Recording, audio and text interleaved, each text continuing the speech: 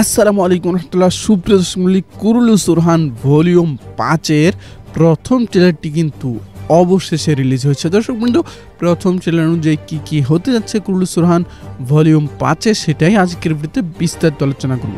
দর্শক, কথা না বাড়িয়ে চলুন সরাসরি মূল ভিডিওতে চলে যাই। সুপ্রিয় দর্শক, কুরুলুস ওরহান ভলিউম 5-এর প্রথম ট্রেলারে একেবারে শুরুতে আমরা দেখতে পাচ্ছি ওরহান বে বনের মধ্যে একা একা হাঁটছেন। এখানে ওরহান বের ভিন্ন রকম একটা লুক দেওয়া হয়েছে। দর্শক, ওরহান বেকে এই যে বনের মধ্যে হাঁটতে দেখতেছি, এটা সম্ভবত ওরহান বের স্বপ্ন হতে পারে।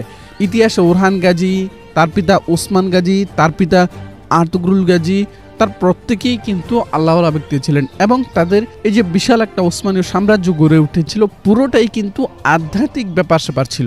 বিশেষ করে ওসমান গাজীর একটা স্বপ্ন ছিল যা ইতিহাসে বিখ্যাত, সে বিষয়ে আমরা সামনে আলোচনা করব। তো আমরা ট্রেলারে দেখতে পাচ্ছি ওরহান গাজী বনের মধ্যে একা একা হাঁটছেন, সম্ভবত এটা তিনি স্বপ্ন দেখতেছেন। তো এরপর আমরা দেখতে পাচ্ছি, তো এখানে ব্যাকগ্রাউন্ডে ওসমান গাজী বলতেছে, আমি এক স্বপ্নের পিছনে ছুটে চলছি। কোন স্বপ্ন? ওই যে আধ্যাত্মিক স্বপ্ন বলছি, সেই স্বপ্ন আমার হৃদয় থেকে গজানো সমতল গাছের সেই স্বপ্নের দিকে। মানে ওসমান গাজী যে একটা স্বপ্ন দেখেছিল, আপনাদের মনে থাকার কথা, কুরুলুস ওসমান প্রথম সিজনে কিন্তু ওসমান বে একটা স্বপ্ন দেখেন যেখানে তার বুক থেকে এক বিশাল গাছ গজিয়ে ওঠে, যার ব্যাখ্যা ইতিহাসবিদরা করেছেন যে সেই গাছের ডালাপালা কনস্টান্টিনোপল ছাড়িয়ে সুদূর ইউরোপের হাঙ্গেরি এবং জার্মানি পর্যন্ত পৌঁছে গিয়েছিল। গাছ বলতে এখানে মূলত সাম্রাজ্যকে বোঝানো হয়েছিল, যার নাম হয় ওসমানীয় সাম্রাজ্য। তো আমরা দেখতে পাচ্ছি বসতির তাঁবুতে সমস্ত বেরা বসে রয়েছেন এবং দিওয়ানের নেতৃত্ব দিচ্ছেন ওসমান বে। এই দিওয়ানটা বিশেষভাবে উপভোগ করা উচিত, কেননা এই দিওয়ানই একটা বিশাল আনন্দের দিওয়ান, আবার পাশাপাশি একটি বিশাল কষ্টময় বিষাদময় দেওয়ান। কষ্টময় বিষাদময় কেন বলেছি, আনন্দময় কেন বলছি, সেটাও আপনারা সামনে দেখতে পাবেন। তো আমরা দেখতে পাচ্ছি সমস্ত বেদের উপস্থিতিতে ওসমান বে কথা বলতেছেন। ওসমান বে বলতেছেন, আমি অনেক চোখের পানি ফেলেছি, ঘামের বদলে রক্ত ঝরিয়েছি। মানে ইতিহাসে ওসমান গাজী শুধু যে পরিশ্রম করেছে সেটা ভুল, বরং নিজের শরীরের রক্ত পর্যন্ত ঝরিয়েছেন ওসমানীয় সাম্রাজ্যের জন্য, সেটাই তিনি এখানে বলতেছে। তো ট্রেলারের দিকে আবার আমরা দেখতে পাচ্ছি কমান্ডার ফ্লাভিয়াস বনের মধ্যে দেখতেছেন তার সৈন্যরা মৃত অবস্থায় পড়ে আছে। এটা মূলত ওই যে গত 4 নম্বর ভলিউমে বুরসার যে গোপন পথ ছিল, সেখানে কিন্তু ওরহান বের নেতৃত্বে দুর্দান্ত ফাইট করেছিল কাইরা, এবং সেখানে বাইজেন্টাইন সৈন্যদেরকে হত্যা করা হয় এবং যে গোপন পথ ছিল সেটি ধ্বংস করে ফেলা হয়। তো সেখানেই পরবর্তীতে কমান্ডার ফ্লাভিয়াস গিয়েছেন, যেহেতু কমান্ডার ফ্লাভিয়াস দুর্গের বাহিরে ছিলেন, মানে বুরসার বাহিরে ছিলেন। তো তিনি বুরসায় প্রবেশের সেই গোপন পথে গিয়ে দেখেন তার সৈন্যরা মৃত অবস্থায় সেখানে পড়ে আছেন। কমান্ডার ফ্লাভিয়াসকে এখানে আমরা ক্রন্দনরত অবস্থায় দেখতে পাচ্ছি।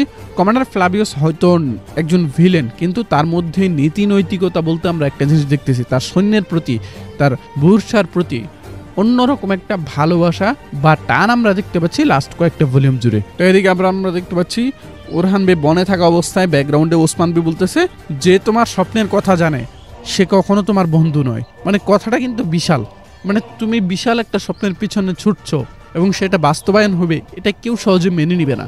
সুতরাং তোমার স্বপ্ন যেই জানে সে কখনোই তোমার বন্ধু হতে পারে না, সে তোমার শত্রু হবে। তো ওসমান বে বলতেছে যে নিজের জন্মভূমির কথা ভাবছে সে হলো ওরহান বে। আমার বাবা আর্তুগরুল গাজীর সিলমোহর এখন থেকে তোমার জন্য, মানে ওরহান বের জন্য। বিষয়টা বুঝতে পারতেছেন? ওসমান বে তার সিলমোহর, যেটা কিনা আর্তুগরুল গাজীর কাছ থেকে পেয়েছেন, সেটা ওরহান বের হাতে তুলে দিচ্ছেন এবং কাই বসতির প্রধান আসন ছেড়ে দিচ্ছেন ওরহান বের জন্য। মানে ওরহান বে আগামী 5 নাম্বার ভলিউমে কাই বসতির প্রধান হতে যাচ্ছেন। যদিও সরাসরি প্রধান বললে ভুল হতে পারে, কারণ ওসমান বে বেঁচে থাকা অবস্থায় কাই বসতির প্রধান ওসমান বেই, তবে ওসমান বের প্রতিনিধি হিসাবে ওরহান বেকে নিযুক্ত করা হয়। ইতিহাস কিন্তু তাই বলে যে ওসমান বে তার জীবনের শেষের দিনগুলোতে এসে খুব বেশি অসুস্থ হয়ে পড়েন, যার কারণে তিনি বসতি ঠিকঠাক মতো পরিচালনা করতে পারতেছিলেন না, আর তখনই তিনি তার প্রতিনিধি হিসেবে ওরহান বেকে নিযুক্ত করেন। পরবর্তীতে ওরহান বে যখন বুরসা বিজয় করেন, বুরসা বিজয়ের পর কোনো ঐতিহাসিকদের মতে বুরসা বিজয়ের পূর্বেই ওসমান বে মারা যান, আবার কারো কারো মতে বুরসা বিজয়ের পরপরই ওসমান বে মারা যান। তো সিরিজে কিন্তু দুটো ঘটনাই ঘটতে পারে। বুরসা বিজয়ের পূর্বে মানে ইদানিংয়ে আমরা ওসমান বেকে বিদায় নিতে দেখতে পারি, ওসমান বের মৃত্যু দেখতে পারি, আবার বুরসা বিজয়ের পরও আমরা ওসমান বের বিদায় দেখতে পারি। দুটোরই সম্ভাবনা রয়েছে, কারণ দুটোর পক্ষই ইতিহাসবিদরা শক্ত অবস্থানে গিয়েছেন। তো দেখা যাক সিরিজের ঠিক কোন দিকে নিয়ে যাওয়া হয়। তো আমরা আগামী 5 নম্বর ভলিউমে ওরহান বেকে কায়ি বসতির প্রধান হিসেবে নিযুক্ত হতে দেখব।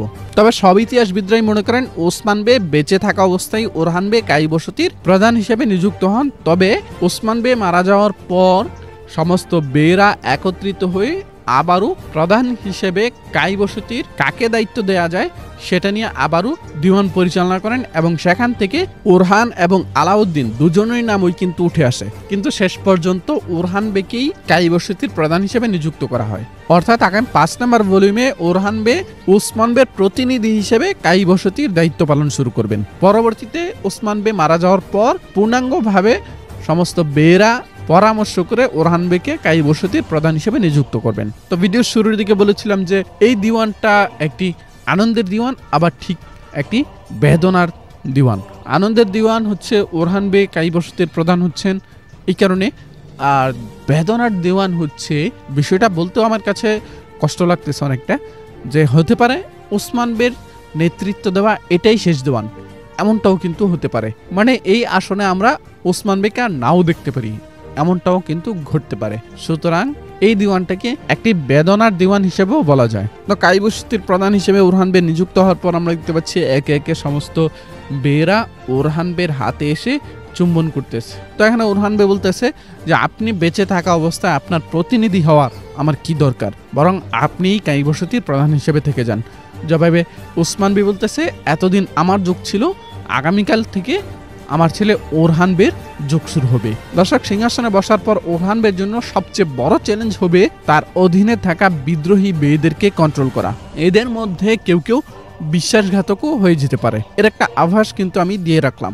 তো আপনাদের কাছে কি মনে হয়, কে কে বিশ্বাসঘাতক হয়ে যেতে পারে সেটা কমেন্ট বক্সে কমেন্ট করে জানিয়ে দিন। দর্শক, দেখা হচ্ছে আমাদের পরবর্তী অন্য কোনো ভিডিওতে। সে পর্যন্ত আমাদের সাথে থাকবেন। আসসালামু আলাইকুম রহমতুল্লাহ।